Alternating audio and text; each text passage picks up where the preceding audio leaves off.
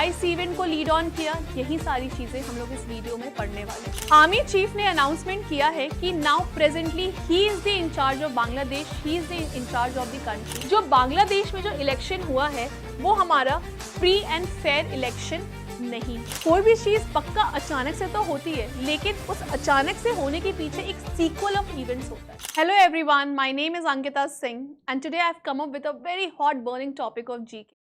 The event of 6th August, the event which Bangladesh will remember as a history from now on. Let's move on guys.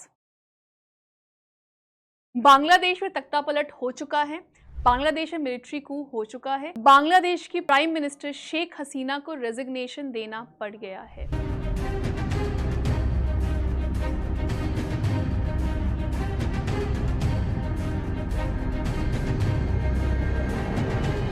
And ऐसा क्या हुआ है, क्या इस event को lead on किया, यही सारी चीजें हम लोग इस वीडियो में पढ़ने वाले हैं। इस वीडियो में मैं आपको बोलूंगी कि हम लोग स्टैटिक पोर्शन भी कवर करेंगे, whatever this lead to the situation of present Bangladesh, and इसमें हम लोग करंट इवेंट भी कवर करेंगे। And since we are covering static and current both, तो ये आपके एग्जाम पॉइंट ऑफ व्यू से बहुत ही ज़्यादा रेलिवेंट। तो guys please stay tune till the end of the video, and end of the video में मैं आपके लिए एक सवाल छोड़ के जाऊंगी। छोड़ के जाऊं या आंसर करूं वो मैं एंड में डिसाइड करूंगी, अभी तो कुछ नहीं बोलूंगी, ठीक है। So guys stay tune and trust me, this video will be very helpful for you for your exam purpose. And I assure you कि अगर आपने ये वीडियो देखा तो इस टॉपिक से एग्जाम में तो क्वेश्चन नहीं छूटे, ठीक है। तो नाउ लेट्स मूव फर्दर। हुआ क्या है कि बांग्लादेश की prime minister Sheikh Hasina resign from her post following the violent protest in the country. Hasina fled in the chopper to India. Sheikh Hasina जो वहाँ की प्राइम मिनिस्टर हैं बांग्लादेश की जो थी, उनको रेजिग्नेशन देना पड़ गया एंड उनको भाग के हेलीकॉप्टर से इंडिया आना पड़ गया। इसके बाद क्या हुआ, protesters were seeing celebrating PM's resignation while the army ensures and army chief ensures that he is taking over the country. He is now the in charge of the country. Army ने शेख हसीना को बस 45 minutes दिए थे। Army ने सीधे announcement किया कि prime minister has to resign within 45 minutes and leave the country. Sheikh Hasina did the same. 45 minute के अंदर अपना रेजिग्नेशन दिया एंड वो हेलीकॉप्टर में बैठ के इंडिया आ गई। मैं टर्म भागना नहीं यूज करूंगी क्योंकि कभी कभी ऐसा सिचुएशंस बन जाता है, in that situation stepping back is the most appropriate situation for that particular situation. तो guys moving further, as a result वहां के जो आपके ये आर्मी चीफ थे, you can see his face. Army chief ने अनाउंसमेंट किया है कि now presently he is the incharge of Bangladesh, he is the incharge of the country and soon he will form the interim government. মাননীয় প্রধানমন্ত্রী পদত্যাগ করেছেন এবং এখন একটা ইন্টারিম গভর্নমেন্ট ফর্ম করে আমরা আমাদের কার্যক্রম পরিচালনা করব। बात अगर ये किया जाए तो जनरल वकर उज Zaman is the most powerful person in present day in Bangladesh. इन्होंने बेसिकली अनाउंसमेंट तो कर दिया कि हाँ जी हम तो इंटरिम गवर्नमेंट फॉर्म कर देंगे, बट इंडिया के लिए ये सिचुएशन एज अ शॉक आया। इंडिया में ये न्यूज़ तो आ रही थी कि बांग्लादेश में बहुत ज़्यादा प्रोटेस्ट हो रहे हैं, इंटरनेट क्रैकडाउन हो चुका है एंड रिवोल्ट बहुत ज़्यादा हो रहे हैं, बट अचानक से तख्ता पलट का न्यूज़ इंडिया के लिए काफ़ी शॉक आया। क्यों आया, उसका एक रीज़न है। प्राइम मिनिस्टर शेख हसीना और I can say the former prime minister of Bangladesh Sheikh Hasina जो थी, उनके साथ India, she was acting as a very crucial part for the friendly relation between India and Bangladesh. जो एक हमारा टाई था, वो जो हमारा लिंक था, वो अब थोड़ा टूट सच गया है। और हमें ये नहीं पता है कि जो इंटरिम गवर्नमेंट जो वकर उर जमान बनाएंगे वो इंडिया फ्रेंडली होएगा कि वो इंडिया के अगेंस्ट होगा। We are having no clue about it because Bangladesh का सिचुएशन अभी काफ़ी ज़्यादा अनस्टेबल है, काफ़ी ज़्यादा unpredictable. So, following this, Bangladesh military chief General Wakar uz Zaman announced the plan to consult the president about forming an interim government. He pledged that the military would step back and initiate an investigation into the deadly crackdown that sparked the public outrage.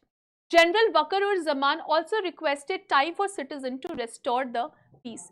ये general Waker uz Zaman का आपका statement आया था after the resignation of Sheikh Hasina and when she flu.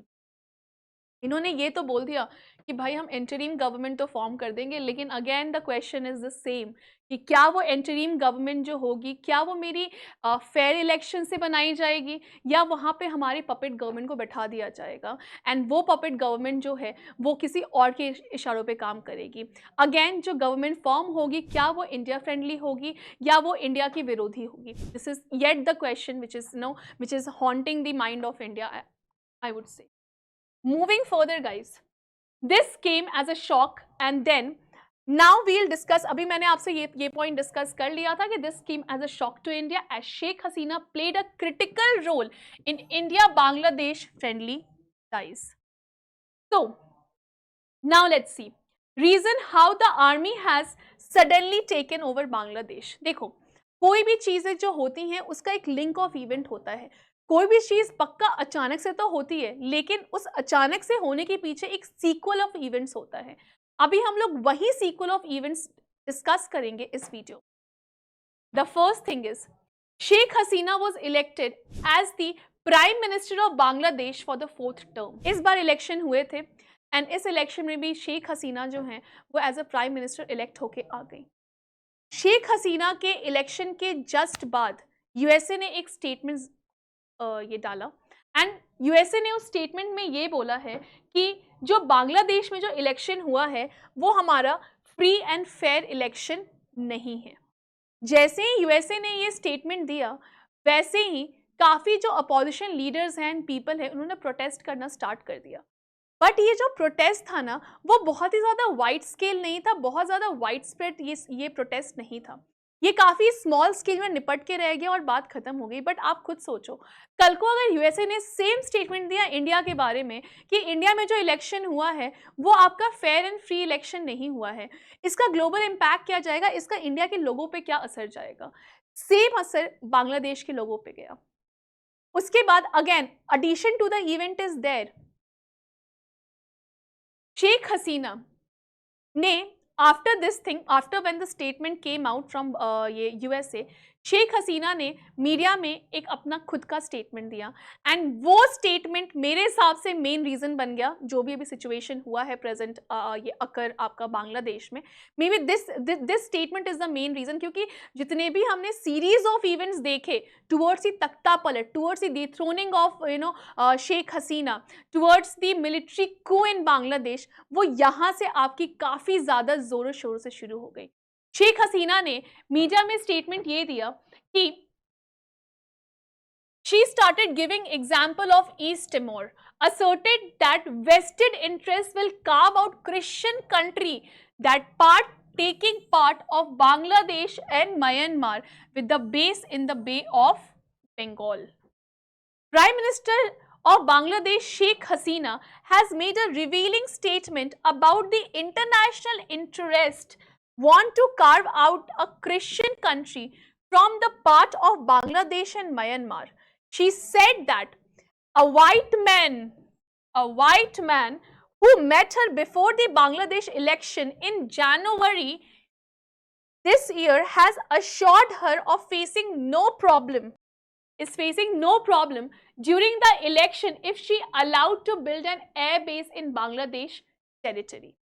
Sheikh Hasina ने basically ये बोला है कि उनसे एक कोई वाइट मैन मिलने आया और उस वाइट मैन ने ये रेफर दिया कि शेख हसीना को अपने इलेक्शन के टाइम पे कोई भी प्रॉब्लम फेस नहीं करनी पड़ेगी अगर वो उस वाइट मैन की कंट्री को अलाउ करती है एयरबेस बनाना बांग्लादेश की टेरिटरी पे।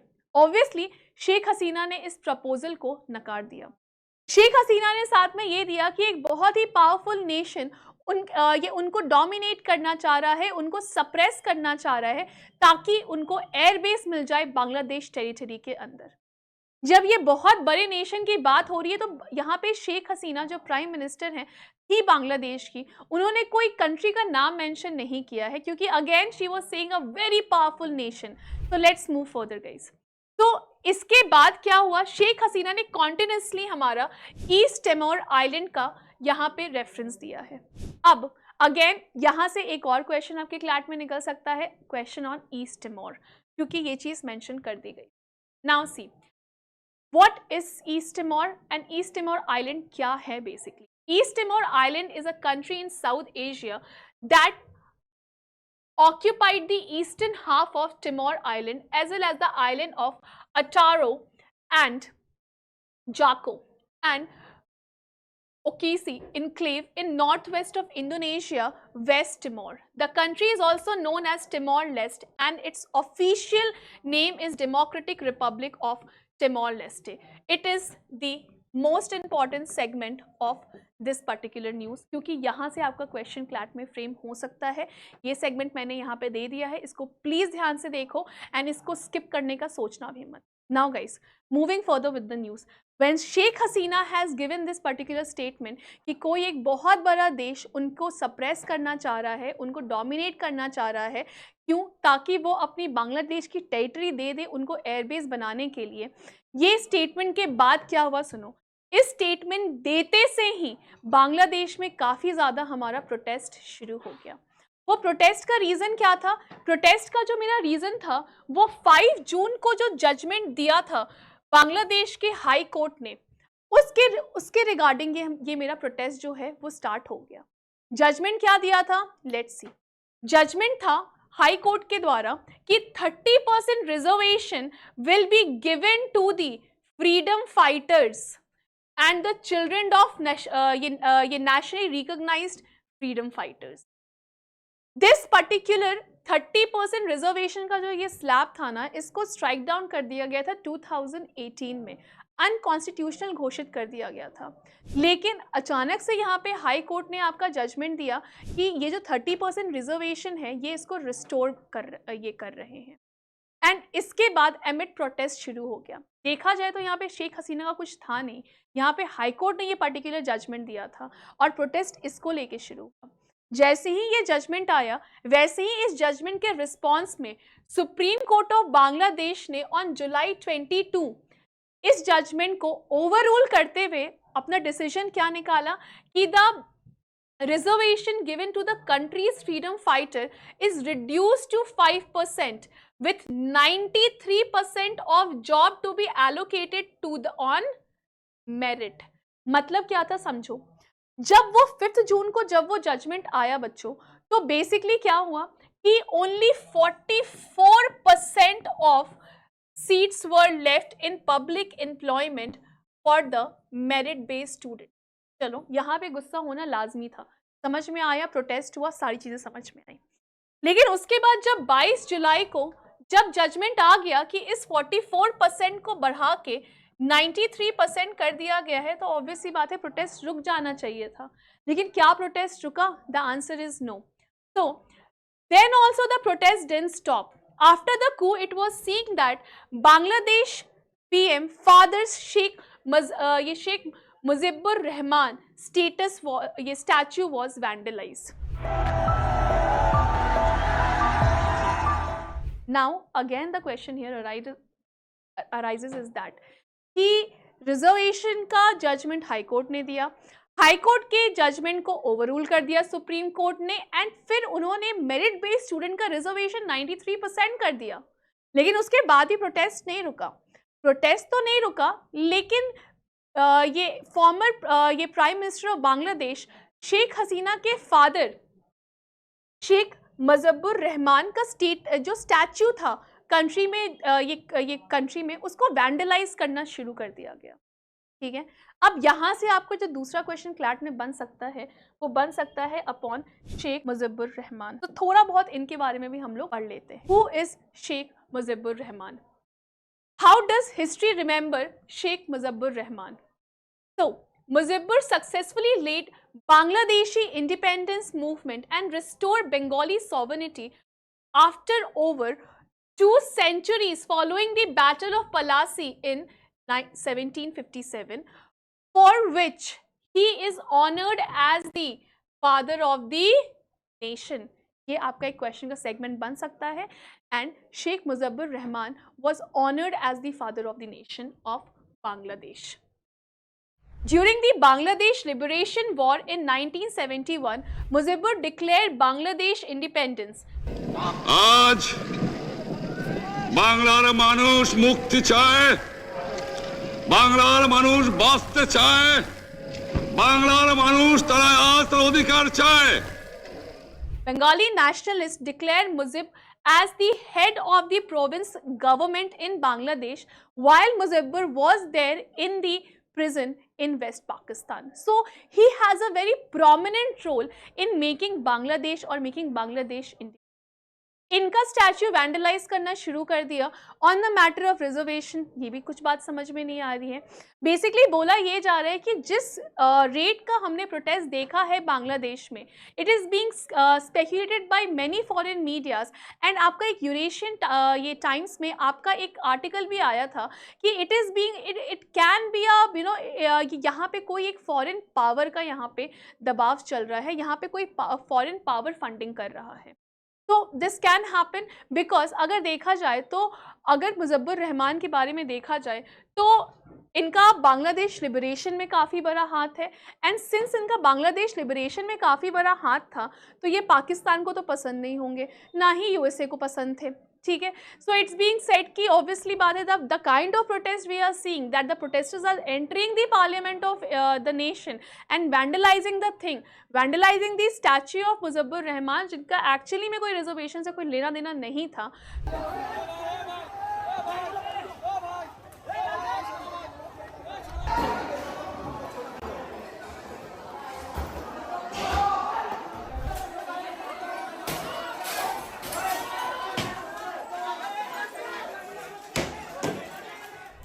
ये कहीं ना कहीं एक डाउट स्पेक्यूलेट कर रहा है कि यहाँ पे फॉरेन पावर का इंटरफेरेंस तो पक्का है। ठीक है, now moving further guys, now let's know about since the mudda the protest has started about on the reservation, so we should also know about the provisions which are there in the constitution of Bangladesh regarding reservation.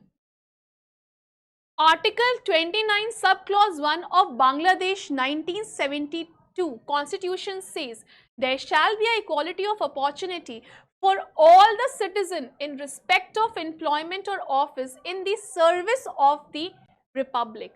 However, under Article 29 clause 3 subclause A,